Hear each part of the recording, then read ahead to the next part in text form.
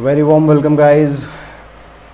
I welcome you all on our official YouTube channel मूल मंत्र, the key to your success.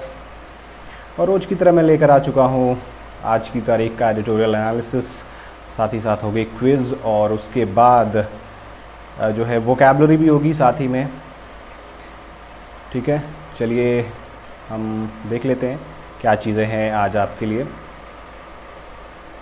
मेरा नाम है आदित्य कुमार गोस्वामी, जैसा कि आप सभी जानते हैं। चलो तो बच्चे, आज का मोटिवेशन जो है उसके साथ हम शुरुआत करते हैं। टुडेज़ मोटिवेशन क्या है, आप यहाँ पे देख रहे हो स्वामी विवेकानंद का एक स्टेटमेंट है, उनका एक कोट है, उसको हमने लिया है। यहाँ पे लिखा हुआ है, take up one idea, make that one idea your life, think of it, dream of it, live on that idea, let the brain, muscles, nerves, every part of your body be full of that idea and just leave every other idea alone. This is the way to success. देखो कितनी अच्छी बात कही है स्वामी जी ने, स्वामी विवेकानंद साहब ने। उन्होंने ये कहा कि अगर आपको सक्सेस पाना है ना, अगर आपको सफलता पानी है ज़िंदगी में, तो आपको क्या करना है कि एक आइडिया को लो और उस आइडिया को अपनी लाइफ बना दो, उसके बारे में सोचो, उसके बारे में ही ड्रीम करो, उसके और उसी आइडिया पे जियो, उसी आइडिया के साथ जियो और अपने ब्रेन, मसल्स, नर्व्स और हर पार्ट को, अपनी पूरी बॉडी को फुल कर दो उस आइडिया से। कहने का मतलब कि ये पूरी तरीके से फैल जाना चाहिए वो आइडिया आपके अंदर। ठीक है, और हर एक सेकंड उसके बारे में सोचते रहो। ये जो तरीका है ना, ये चीज़ें जो हैं करने के बाद आपको सफलता मिलती है। जाहिर सी बात है, जिस किसी ने भी सफलता प्राप्त की, देखो सफलता क्या होती है। सबसे पहले तो ये जानो बच्चे कि सफलता क्या होती है।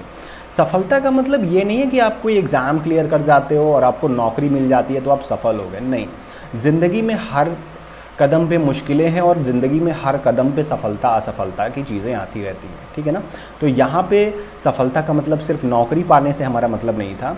ज़िंदगी में किसी भी चीज़ में सफलता की बात की जाए, वैसे आप देखें तो बहुत सारे लोग होंगे जिन्होंने कोई एग्ज़ाम नहीं क्लियर किया होगा, या फिर बहुत सारे लोग ऐसे होंगे जिन्होंने कोई एग्ज़ाम क्लियर भी किया होगा, लेकिन इसका मतलब ये नहीं है कि हम किसी को ज़्यादा सफल या किसी को कम सफल कहने की बात कर रहे हैं यहाँ पर। ठीक है, तो बिल्कुल अगर आपको सक्सेसफुल होना है तो इसी आइडिया के साथ, इसी मोटिवेशन के साथ आप आगे बढ़ो लाइफ में।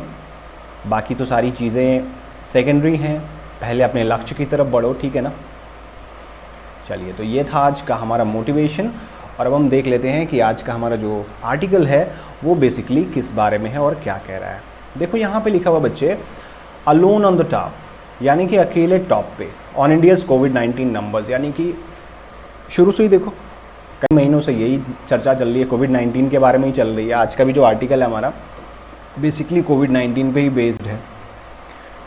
भाई इकलौता ऐसा मुद्दा होगा जिस पे इतने सारे आर्टिकल आए होंगे, इतने सारे एक के बाद एक, लगभग 2-3 दिन में एक आर्टिकल जो हम डिस्कस करते हैं वो कोई ना कोई तरीके से कोविड-19 पे ही निकल जाता है। अब क्या करें, पैंडेमिक ऐसा है, पूरी तरीके से फैला हुआ है। हाँ, ठीक है ना, तो कोविड-19 के नंबर्स के बारे में है चीज़ें यहाँ पे दी गई हैं।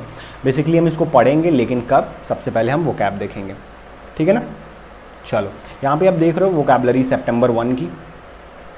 देखो यहाँ पे बच्चे देखो, पहला वर्ड आपके सामने आ रहा है एपिडेमिक। एपिडेमिक का मतलब अब तो जिनको नहीं पता होगा वो भी जान गए होंगे। ठीक है ना, नाउन है। वैसे ध्यान देना, हर चीज़ को जब भी किसी वर्ड को पढ़ो तो आपको ये जानना ज़रूरी होता है कि वो नाउन है, प्रोनाउन है, एडजेक्टिव है, एडवर्ब है, क्या चीज़ें हैं। ठीक है ना, इसलिए मैं सामने लिख के रखता हूँ। ठीक है, देखो एपिडेमिक का मतलब क्या हो गया, प्लेग या वाइड स्प्रेड डिजीज़। यानी कि प्लेग भी उसी को कहते हैं जो महामारी होती है ना, जो बहुत ज़्यादा फैल जाती है बीमारी, उसी को प्लेग भी कहते हैं। और वाइड स्प्रेड डिजीज़ भी कहते हैं एपिडेमिक को, यानी कि बहुत ही दूरी में, बहुत ज़्यादा व्यापक स्तर पर जो बीमारी फैली हुई है उसे हम क्या कहते हैं, एपिडेमिक या फिर महामारी कहते हैं। फिर उसके बाद आपका आता है वैंक्विश। वर्ब है जिसका मतलब क्या होता है भाई, वैंक्विश का मतलब होता है विन ओवर, यानी कि किसी पर जीत प्राप्त करना। सरमाउंट यानी कि विजय प्राप्त करना, या कन्क्वायर मतलब जीतना या विजय प्राप्त करना, एक ही चीज़ है। उसके बाद आपका है टेक होल्ड। फ्रेजल वर्ब है जिसका मतलब होता है to start to have an effect, यानी पकड़ बनाना या प्रभाव बनाना। टेक होल्ड का मतलब क्या होता है, प्रभाव बनाना शुरू करना। ठीक है ना, पल्वराइज का एक वर्ब है जिसका मतलब होता है क्रम्बल या फिर रिड्यूस टू फाइन पार्टिकल्स, यानी छोटे छोटे टुकड़ों में ना तोड़ देना किसी चीज़ को। उसके बाद आपका आता है नैरेटिव। नैरेटिव का मतलब क्या होता है? अकाउंट या स्टेटमेंट, आख्यान या व्याख्यान किसी चीज़ का, ठीक है ना। फिर उसके बाद आपका आ जाता है वॉकआउट। वॉकआउट का मतलब क्या होता है? To be the result of a calculation, यानी कि एक कैलकुलेशन का रिजल्ट होना, यानी अंततः कैलकुलेशन के बाद कितना बचना या कितना होना, वो चीज़ के बारे में जब बात की जाती है तो वॉकआउट फ्रेजल वर्ब के रूप में वहाँ पे इस्तेमाल की जाती है। फिर आपका है अवर्टेड। अवर्टेड एडजेक्टिव के तौर पे यूज़ हुआ है जिसका मतलब होता है प्रिवेंटेड या अवॉइडेड, यानी कि टाला हुआ, ठीक है। फिर उसके बाद आता है आपका डॉज अ बुलेट। फ्रेज है जिसका मतलब क्या होता है? To have a narrow escape या फिर टू अवॉइड इंजरी, यानी कि बाल बाल बचना। डॉज अ बुलेट का मतलब क्या हुआ? बाल बाल बचना, ठीक है। चलो नेक्स्ट है आपके पास सेक्लूडेड। एडजेक्टिव है जिसका मतलब होता है far away from other people, मतलब दूसरे लोगों से काफ़ी ज़्यादा दूरी पर। रिमोट भी कह सकते हो, यानी दूर स्थित, जिसका मतलब होता है। थ्राइव का मतलब क्या होता है? प्रॉस्पर या फलना फूलना, ठीक है। उसके बाद आपका है ग्रैपल। ग्रैपल का मतलब क्या होता है? टू फाइट और स्कफल, यानी कि भिड़ना या लड़ाई करना, ठीक है ना। हाथापाई करना भी होता है ग्रैपल का मतलब बेसिकली। स्कॉर्ज का मतलब क्या होता है? स्कॉर्ज का मतलब होता है अफ्लिक्शन या बेन। कहने का मतलब है something that causes a lot of problems, ठीक है ना। विपत्ति या महाकष्ट जिसको कह सकते हो आप हिंदी में, ठीक है। फिर उसके बाद आपका आ जाता है ब्रेकिंग पॉइंट। ब्रेकिंग पॉइंट का मतलब क्या होता है? The point at which problems become great. ऐसा पॉइंट, ऐसा बिंदु, ऐसी स्थिति जबकि प्रॉब्लम बहुत बड़ी हो जाती है। उसके बाद आपके पास है पॉसिटी। पॉसिटी का मतलब क्या होता है? नाउन है जिसका मतलब होता है स्कैरसिटी, डर्थ और शॉर्टेज, यानी कि कमी या अभाव जिसको हम कहते हैं। उसके बाद आपका आ जाता है सोफिस्टिकेटेड। एडजेक्टिव है जिसका मतलब होता है एडवांस्ड या वर्ल्ड क्लास, ठीक है ना, यानी उच्च स्तरीय या परिष्कृत। बेसिकली सोफिस्टिकेटेड का मतलब आप परिष्कृत कह सकते हो, या फिर हाई क्लास, वर्ल्ड क्लास चीज़ों की हम बात करते हैं, ठीक है ना, तो वहाँ पे भी हम सोफिस्टिकेटेड वर्ड यूज़ कर सकते हैं। उसके बाद आपके पास है इंडिजीनियस। इंडिजीनियस का मतलब क्या होता है? होम ग्रोन या फिर डोमेस्टिक, यानी कि स्वदेशी या घरेलू, ठीक है ना। चलो आगे है आपके पास एफिकेसी। एफिकेसी का मतलब बेसिकली क्या होता है? इफेक्टिवनेस या इम्पैक्ट, यानी कि गुणकारिता या प्रभाविता, यानी कितनी प्रभावी है कोई चीज़, ये उसकी एफिकेसी होती है, ठीक है ना। फिर उसके बाद है रैकनिंग। रैकनिंग का मतलब क्या होता है? रैकनिंग का मतलब होता है कैलकुलेशन या एस्टिमेशन, यानी कि गणना करना। फिर आपके पास आता है बच्चे ब्लाइट। ब्लाइट का मतलब क्या होता है? डिजीज़, मेनेस या अफ्लिक्शन, ठीक है ना। डिजीज़ का मतलब बीमारी होता है, मेनेस का मतलब खतरा या अफ्लिक्शन का मतलब भी वही पीड़ा, कष्ट या परेशानी जो भी है, ठीक है ना। ये सारी चीज़ें हैं। चलो तो ये था आज का इम्पॉर्टेंट वोकैबुलरी हमारी, ठीक है। अब चलो हम सीधे चलते हैं अपने आर्टिकल पे, उसको थोड़ा पढ़ेंगे, देखेंगे, डिस्कस करेंगे कि क्या क्या चीज़ें इसमें बात की गई है।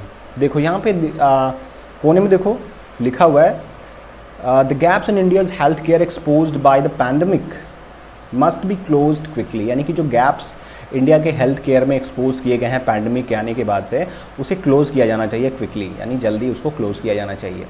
देखो आगे क्या लिखा हुआ है? For most of this month India has consistently been contributing the most number of daily confirmed कोविड-19 इन्फेक्शंस टू द वर्ल्ड, यानी कि इस महीने में ज़्यादातर समय जो है कंसिस्टेंटली इंडिया ने क्या किया है? पूरी दुनिया में सबसे ज़्यादा कोविड-19 केसेस दिए हैं, ठीक है। सबसे ज़्यादा कोविड-19 केसेस इंडिया से आ रहे हैं अब। This week it reported 78,508 infections on a single day. इस वीक क्या हुआ कि यहाँ पे 78,508 इन्फेक्शन सिंगल डे में रिकॉर्ड हुए, ठीक है ना।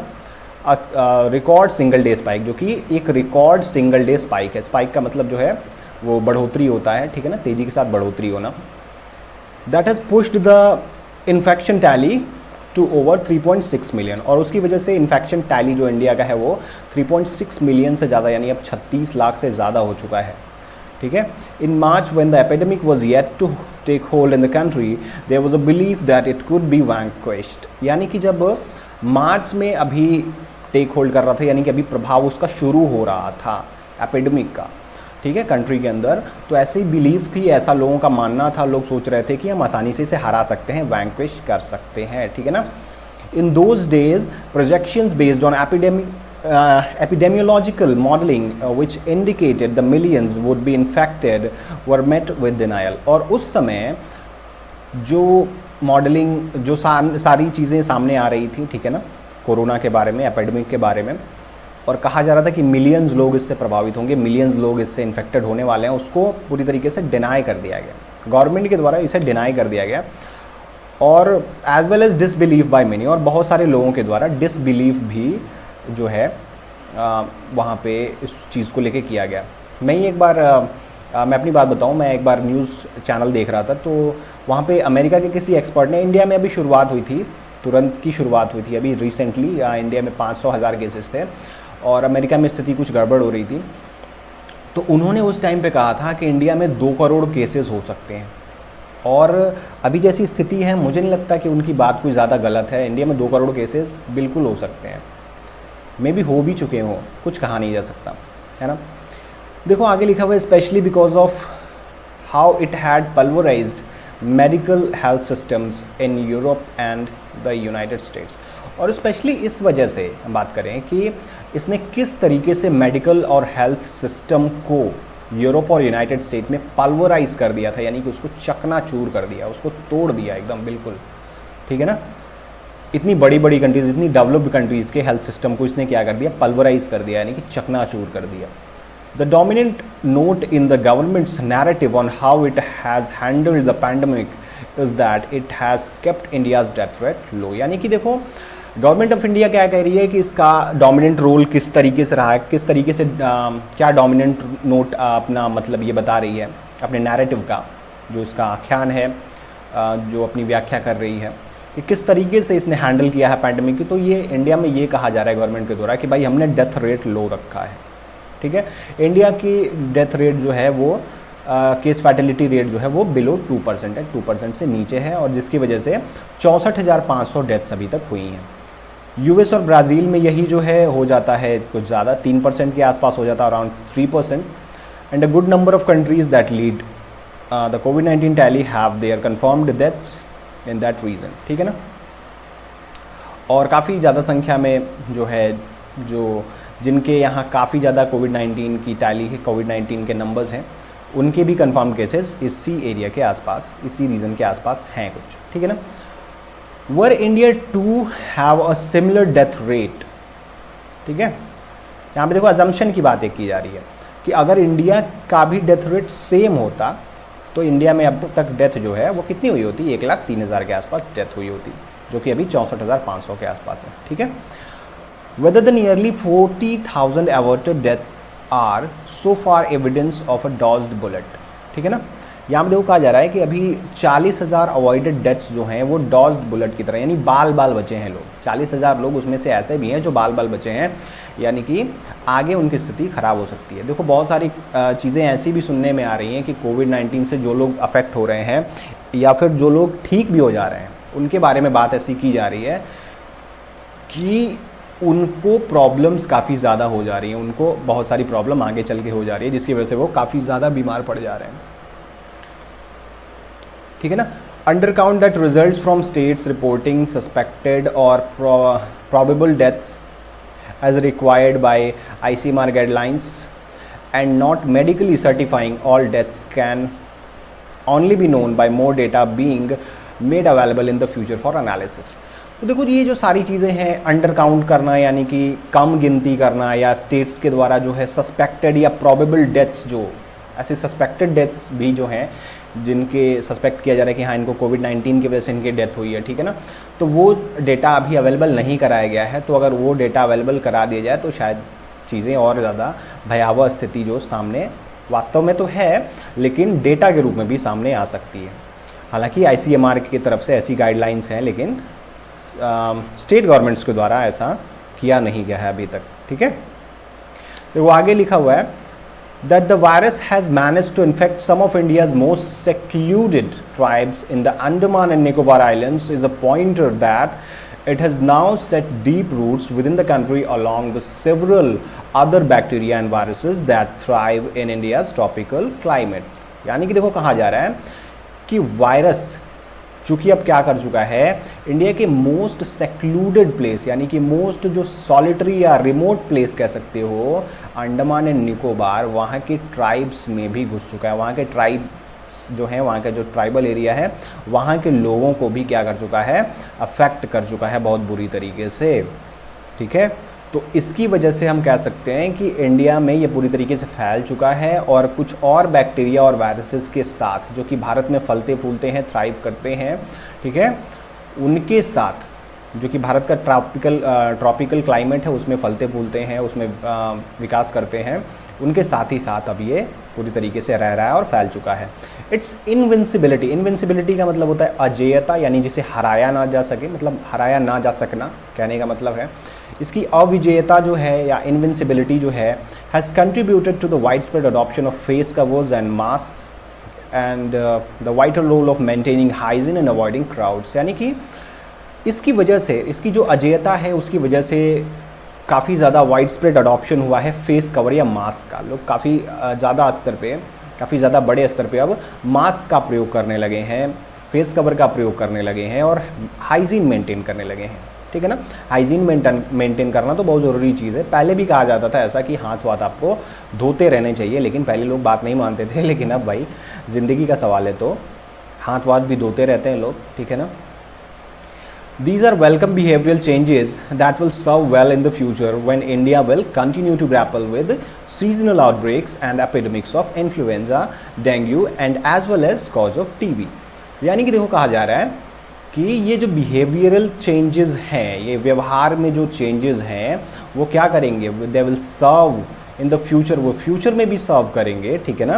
When India will continue to grapple, जब इंडिया क्या करेगा, कंटिन्यू करेगा ग्रैपल करना या लड़ाई करना, किसके साथ, सीजनल आउटब्रेक्स के साथ। यानी कि जो सीजन्स में जो मौसमी बीमारियां जो फैलती हैं, जैसे कि इन्फ्लुएंजा हो गया, डेंगू हो गया, ठीक है ना, या इसका ओल्ड स्कॉर जो ओल्ड एक ट्रबल की सिचुएशन जो पैदा करने वाली चीज़ है टीबी, ठीक है ना, उनसे भी लड़ने में मदद मिलेगी जब हम मास्क वास्क लगाएंगे, जब हम हाथ अपने साफ रखेंगे तो इनका भी इन्फेक्शन कम होगा। The healthcare system being pushed to its breaking point has also underlined the country's historical neglect of widespread affordable healthcare as well as the paucity of qualified personnel to treat the poor। यानी कि देखो कहा जा रहा है कि जो health care system है जो कि ब्रेकिंग पॉइंट तक पुश किया जा रहा है, यानी कि बहुत ही मुश्किल स्थिति तक पुश किया जा रहा है, ठीक है ना, वो चीज़ पुश किया गया है अभी तक, मतलब वो चीज़ अंडरलाइन करती है, यानी वो इस चीज़ को रेखांकित करती है कि कंट्री में किस तरीके से ऐतिहासिक स्तर पे, यानी कि पिछले समय से ही अफोर्डेबल हेल्थ केयर फैसिलिटी को, ठीक है, पूरी तरीके से नेगलेक्ट किया गया है। ठीक है ना। As well as the possibility of qualified personal to treat, और इसके साथ ही क्वालिफाइड पर्सनल यानी क्वालिफाइड लोगों की कमी है। ठीक है ना, पॉसिटी है यानी कि कमी है गरीब लोगों को ट्रीट करने के लिए। भाई अमीरों के लिए तो है, अमीरों के लिए तो भाई बड़े बड़े डॉक्टर बैठे हुए हैं, लेकिन गरीबों की बात की जाए यानी कि ग्रामीण क्षेत्रों की बात अगर की जाए, ग्रामीण क्षेत्र के लोगों की, तो वहाँ पे कहीं ना कहीं क्वालिफाइड पर्सनल की कमी है। ठीक है ना।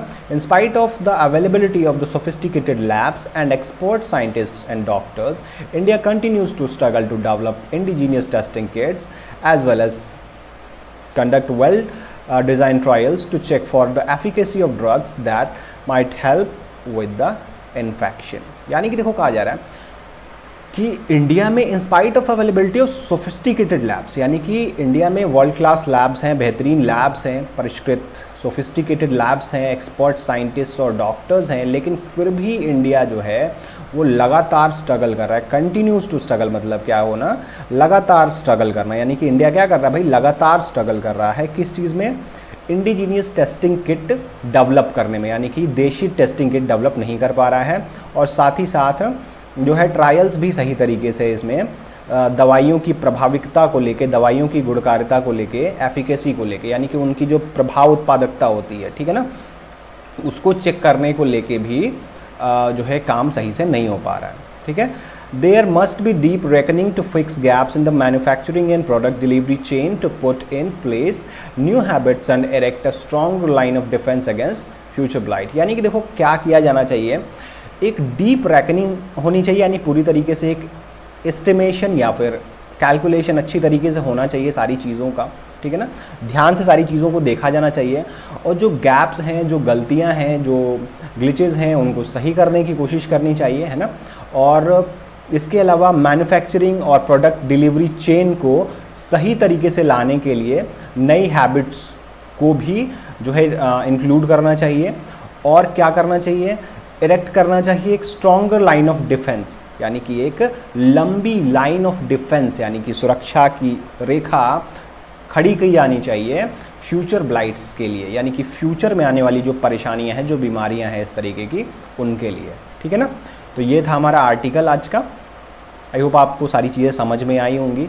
ठीक है, कोविड-19 पे बेसिकली सारी चीज़ें थी और किस तरीके से प्रॉब्लम्स हैं इंडिया में। बहुत ज़्यादा स्पाइक जो है इंडिया में आ रहा है, सबसे ज़्यादा केसेस वन डे में रिकॉर्ड किए गए हैं इंडिया में, और इंडिया में जो पूरी तरीके से कहा जा रहा है ये फैल गया है। इंडिया में जो है क्वालिफाइड पर्सनल की कमी है और सही तरीके से न यहाँ पे चीज़ें जो है कंडक्ट नहीं की जा रही हैं। इन सारी चीज़ों को, प्रॉब्लम्स को लेके यहाँ पे आर्टिकल था। ठीक है ना। तो अब हम चलते हैं अपने क्विज़ की तरफ। ठीक है ना, क्विज़ फ्रॉम द आर्टिकल यहाँ पे देख रहे हो आप। ठीक है, चलो अभी देखो यहाँ पे पहला क्वेश्चन आ चुका है आप सभी के सामने और जल्दी से आप लोग आंसर करो। The point at which problems become huge, यानी कि वो पॉइंट जिस पे प्रॉब्लम्स क्या हो जाते हैं भाई, ह्यूज हो जाते हैं या बड़े हो जाते हैं। ठीक है ना, उसे हम क्या कहते हैं। ठीक है ना, उस पॉइंट पे, जिस पॉइंट पे प्रॉब्लम्स बड़े हो जाते हैं उसे हम क्या कहते हैं। ठीक है, जल्दी से आप लोग आंसर करो ज़रा फटाफट से।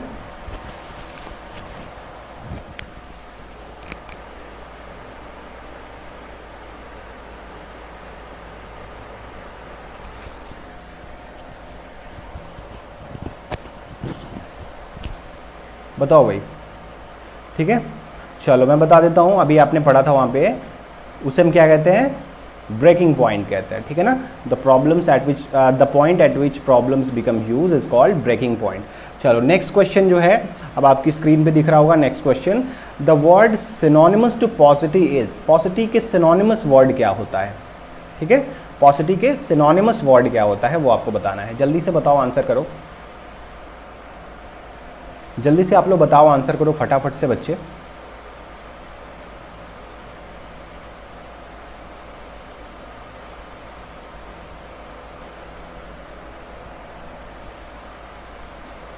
ठीक है, हाँ चलिए ठीक है, very good very good, answer करिए फटाफट से। हाँ बिल्कुल बिल्कुल बिल्कुल, चलिए ठीक है ना। चलिए मैं आंसर बता देता हूँ। सभी लोग बहुत अच्छी तरीके से आंसर कर रहे हैं। देखो क्लैरिटी का मतलब आपको पता ही है कि क्लीननेस या पूरी तरीके से साफ़ सुथरी सारी चीज़ें। ठीक है ना, ये बताने की ज़रूरत नहीं है मुझे। स्कैर्सिटी का मतलब क्या होता है भाई, स्कैर्सिटी का मतलब होता है कमी। ठीक है, स्कैर्सिटी का मतलब क्या होता है बच्चे, कमी होता है। ठीक है ना। डेस्पोडेंसी का मतलब क्या होता है, निराशा होता है या डिसअपॉइंटमेंट होता है। ठीक है, डेस्पोडेंसी का मतलब क्या होता है, डिसअपॉइंटमेंट।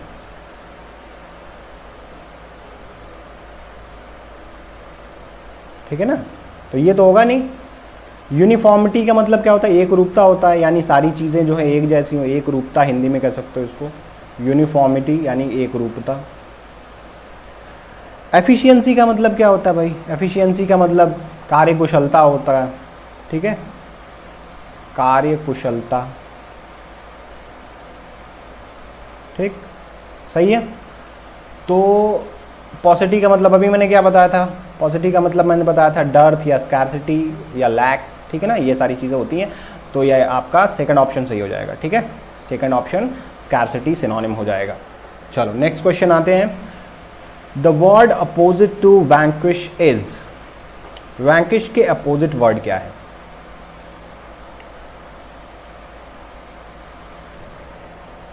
ठीक है, वैंक्विश के अपोजिट वर्ड क्या है आपको बताना है। जल्दी से आंसर करो फटाफट से।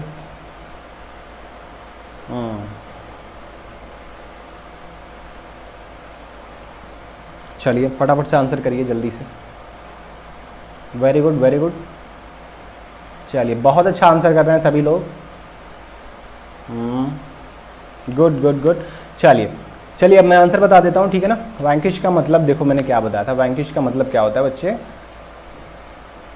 जीतना। ठीक है ना, विन या हराना, किसी को डिफीट भी होता है, हराना या जीतना, इस तरह की मीनिंग जो है वो आती है वैंक्विश की। ठीक है ना, क्लियर है ये चीज़। तो सकम का मतलब क्या होता है, सकम का मतलब होता है ना कि यील्ड कर देना, यानी कि कह सकते हो कि हार मान लेना या फिर सामने जो है हथियार डाल देना, ठीक है। तो सकम का मतलब क्या हो गया, यील्ड कर देना या फिर जो है हार मान लेना, हार जाना, ठीक है, ये मीनिंग होती है, ठीक है ना बेटा। सरमाउंट का मतलब क्या होता है, सरमाउंट का मतलब भाई जीतना होता है, सरमाउंट का मतलब होता है जीतना। कन्क्वायर का मतलब जीतना होता है, पता है। डिफीट का मतलब हराना होता है, ठीक है। तो अब बताओ अपोजिट कौन सा हुआ, वैंकिश के अपोजिट कौन सा हुआ, सकम ही तो हुआ ना। वेरी गुड, जिनका भी आंसर 1 है बिल्कुल सही है। चलो अभी देखो यहाँ पे what does dodging a bullet mean, dodging a bullet का मतलब क्या होता है, डॉजिंग अ बुलेट का मतलब क्या होता है, आप लोग को जल्दी से बताना है। देखो यहाँ पे ऑप्शन दिए गए हैं, to escape a bullet, to face difficulties, to get reprimanded, to talk here and there, to avoid harms and injuries, ये सारी चीज़ें हैं। अब आपको आंसर करना है जल्दी से, मुझे नहीं पता क्या होगा, आप लोग जल्दी से बताओ, ठीक है। फटाफट से आंसर करो बच्चे, जल्दी जल्दी से, जो लोग भी देख रहे हैं सेशन को जल्दी से आंसर करें। वेरी गुड वेरी गुड, ठीक है ना, लग जाओ, फटाफट से आंसर करो बच्चा।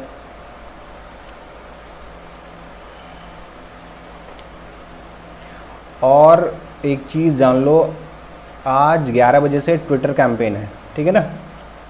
वीडियो हमने भी इस चीज़ पे डाली हुई है। 11 बजे क्या है बेटा, ट्विटर कैंपेन है, उसमें हिस्सा लेना है, क्योंकि ये आपके हक की लड़ाई है, आपके भाइयों की, आपके बहनों की हक की लड़ाई है, ठीक है ना, आपके दोस्तों की हक की लड़ाई है। तो बिल्कुल आपको इसमें हिस्सा लेना है, you have to participate in this, ठीक है। आप सभी को इसमें पार्टिसिपेट करना है, आप इसमें इससे अलग नहीं हो। मैं तो कहता हूँ बैंकिंग के बच्चे जो हैं वो भी इसमें करें पार्टिसिपेट, क्योंकि उनके साथ भी बहुत बड़ा धोखा किया जा रहा है। उनकी भी वैकेंसी हर साल दर साल कम करते जा रहे हैं लोग, ठीक है ना, उनको भी आवाज़ उठाने की ज़रूरत है, बिल्कुल। चलिए जल्दी से आंसर करिए। यहाँ पे देखो डॉजिंग अ बुलेट का मतलब क्या होता है, डॉज अ बुलेट, देखो स्केप अ बुलेट यानी कि बुलेट से बचना, गोली से बचना नहीं। टू फेस डिफ़िकल्टीज़ यानी मुश्किलों का सामना करना, बिल्कुल नहीं, ठीक है। टू गेट रिप्रिमेंडेड यानी कि डांटा जाना, बिल्कुल नहीं। To talk here and there, यहाँ वहाँ बातें करना, बिल्कुल नहीं। तो क्या हो जाएगा, 5वां आंसर आपका बिल्कुल करेक्ट है, यानी कि to avoid harms and injuries, यानी कि हार्म्स से या इंजरीज से अवॉइड करना, बचना, ठीक है ना। 5वां, चलो आ जाओ फटाफट से आंसर कर दो बच्चा। Spot the part which has an error, आपको वो पार्ट को स्पॉट करना है जिसमें एरर है, ठीक है। आपको वो पार्ट बताना है जिसमें कि एरर है, जल्दी से बता दो। लिखा हुआ है for most of this month India is consistently been contributing the most number of daily confirmed कोविड-19 इन्फेक्शन टू द वर्ल्ड, ठीक है। यहाँ पे अब आंसर करो। आप 4 पार्ट में सेंटेंस डिवाइड है, आपको आंसर बताना है।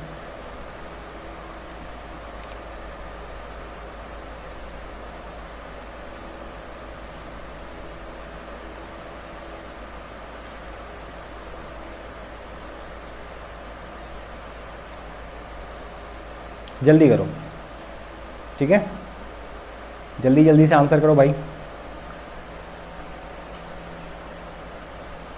चलो बच्चे अब मैं बता देता हूँ आंसर। यहाँ पे देखो लिखा हुआ है for most of this month, इस मंथ के ज़्यादातर समय, ठीक है ना। क्या हुआ है, इंडिया इज कंसिस्टेंटली बीन, देखो बीन इज के साथ तो लगाना कभी नहीं होता है, ठीक है ना, क्योंकि ये इसी का फॉर्म होता है, थर्ड, इज का ही थर्ड फॉर्म होता है बीन। तो इंडिया हैज़ यहाँ पे होगा, ठीक है ना, हैज़ के साथ बीन आता है, ये चीज़ तो पता ही होगी सबको। India has consistently been contributing the most number of daily confirmed कोविड-19 इन्फेक्शन, यहाँ पे देखो लिखा हुआ है, इन्फेक्शन लिखा हुआ है बच्चा, ठीक है।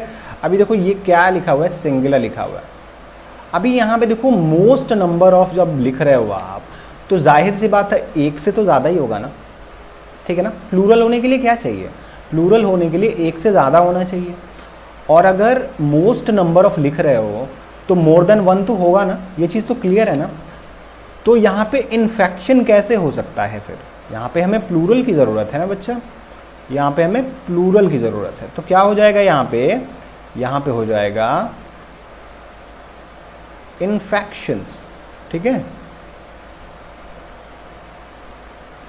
क्लियर ये चीज़ समझ में आ गया सभी को, यानी कि कहाँ कहाँ पे आपको एरर मिला। यहाँ पे एरर मिल गया आपको बी और डी में, यानी कि ऑप्शन नंबर 3 आपका सही है। जितने लोगों का आंसर 3 आ रहा है भाई, बिल्कुल सही आंसर है, ठीक है ना। चलो आगे बढ़ जाते हैं। यहाँ पे देखो लिखा हुआ है, यहाँ पे क्या लिखा हुआ है, rearrange the given parts of the sentence to make a meaningful sentence. यानी गिवन पार्ट्स जो हैं उसको रीअरेंज करो, फटाफट से एक मीनिंगफुल सेंटेंस बना दो, जल्दी करो, जल्दी करो बेटा, आंसर करो फटाफट।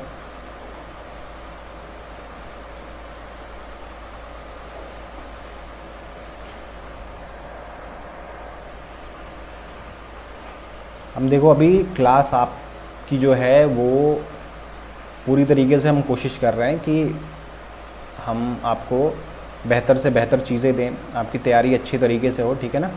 आप लोग भी सपोर्ट करो और शेयर वगैरह किया करो, ठीक है ना। यहाँ पे पढ़ने आते हो, ठीक है, तो साथ में शेयर भी कर दिया करो, ठीक है ना। जैसे ही आओ तुरंत शेयर कर दिया करो। हम तुरंत स्टार्ट नहीं करते हैं, 2 मिनट का टाइम होता है ना, 2 मिनट का टाइम होता है पहले शुरू होने से पहले, उसी बीच आप शेयर कर दिया करो, ठीक है। और शेयर करने के बाद आराम से आया करो, फिर आराम से हम पढ़ेंगे, ठीक है ना। शेयर ज़रूर कर दिया करो बच्चे, ठीक है ना, अपने सोशल मीडिया प्लेटफॉर्म पे। अगर मान लो शुरू में जितने भी बच्चे जुड़े, 20-22 जितने भी बच्चे जुड़े, अगर वो शेयर करते हैं तो पोस्ट कहीं ना कहीं ज़्यादा लोगों तक उसकी रीच होती है, तो थोड़ा मतलब हमें भी कुछ जो है मोटिवेशन मिलेगा, और भी बच्चे अगर आएंगे तो, है ना। देखो, rearrange the given parts of the sentence to make a meaningful sentence, ठीक है। अब फटाफट से देखो, यहाँ पे ऑप्शन से भी करना स्टार्ट कर सकते हो। देखो ए को अगर लेते हो, अगर वॉज येट टू, ये तो होगा नहीं, कभी नहीं होगा, वॉज से सेंटेंस की शुरुआत कैसे हो सकती है, ठीक है। अभी देखो बी से, देखो that it could be vanquished, that it could be, यानी कि इससे भी नहीं होगा। दैट के बाद अगर कोई वर्ब आई होती है ना, तब तो सोच भी सकते थे ना। अगर वर्ब है ही नहीं तो फिर कहाँ से हम सोच सकते हैं इसको कि बी से शुरुआत हो जाए।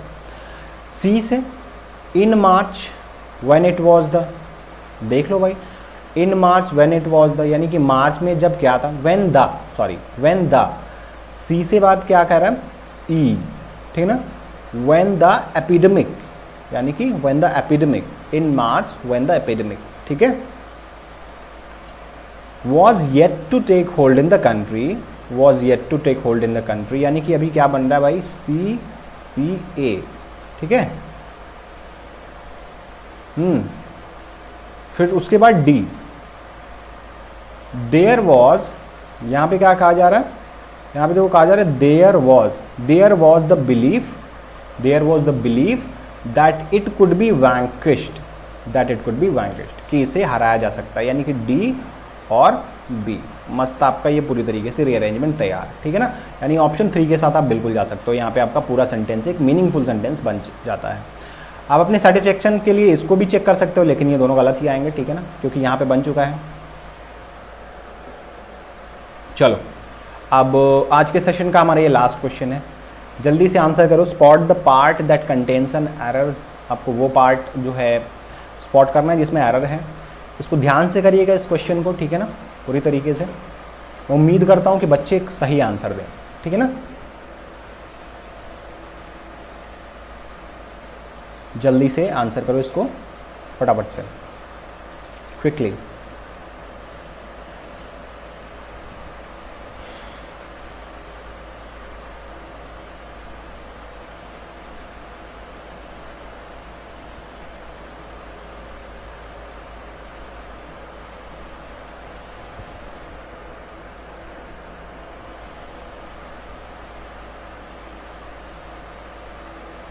जल्दी से आंसर करिए।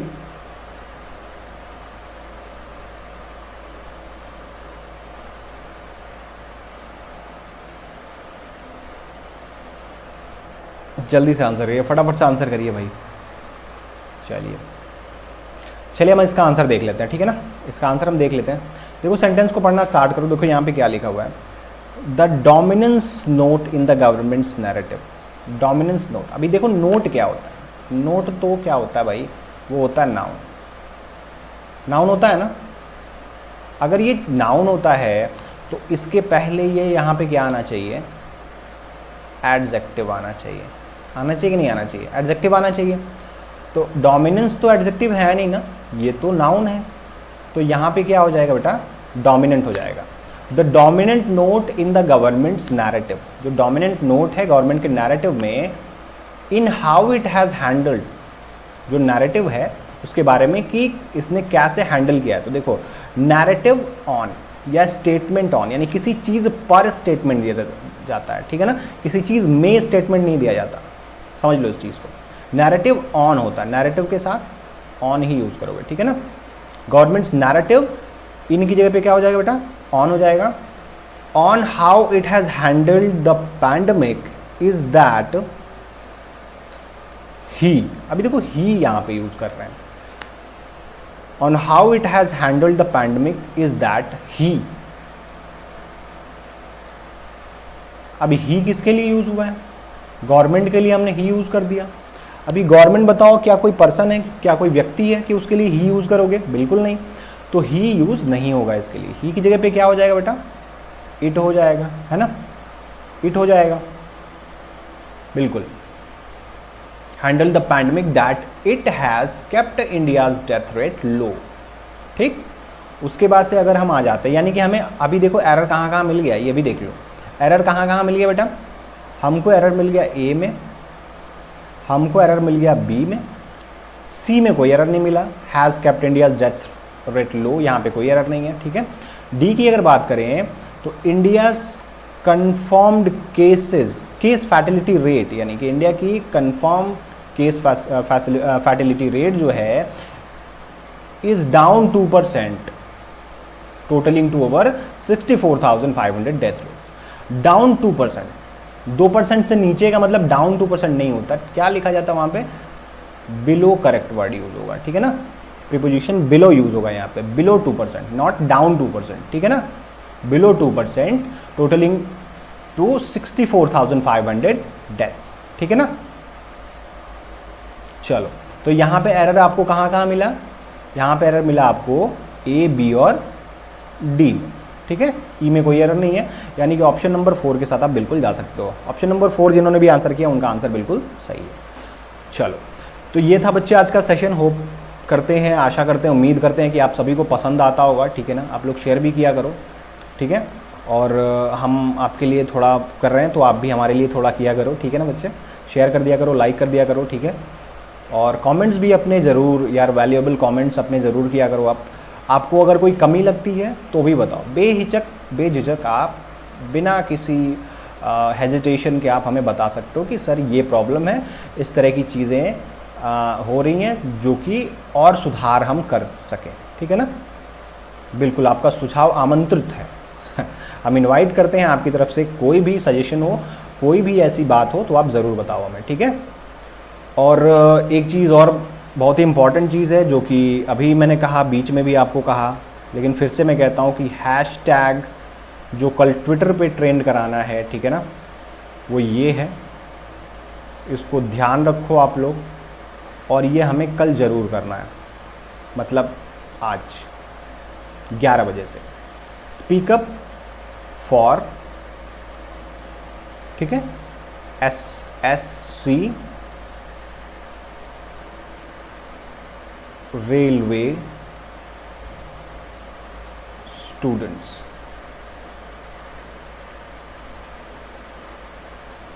ट्विटर पे जितने लोग हो भाई, और ट्विटर पे अगर नहीं भी हो तो आईडी बना लेना, स्मार्टफोन तो सबके पास है, ट्विटर पे आईडी बना लेना, और ये लड़ाई आपको लड़नी है, नहीं तो ये सरकार आपकी बात नहीं सुनने वाली। कुछ दिनों में सारी सरकारी नौकरियां ये लोग ख़त्म कर देंगे, सारे विभाग बेच डालेंगे, और फिर आपके हाथ में आएगा ठेंगा, ठीक है ना। तो इस चीज़ को ध्यान रखो, अपनी लड़ाई आपको लड़नी पड़ेगी। Thank you very much session में जुड़े रहने के लिए, बहुत बहुत धन्यवाद सभी का। इसी के साथ ही हम सेशन को करते हैं दी एंड। आप लोग बिल्कुल अपना सभी लोग बहुत बहुत ख्याल रखिए, और इस पैंडेमिक में बहुत ही ज़्यादा, आज के आर्टिकल में आपने पढ़ा भी कि 36 लाख केसेज़ हो चुके हैं, तो आपके आसपास भी केसेस होते होंगे, तो बच के रहिए, सुरक्षित रहिए, और अपने घर वालों को भी सुरक्षित रखिए। Thank you very much.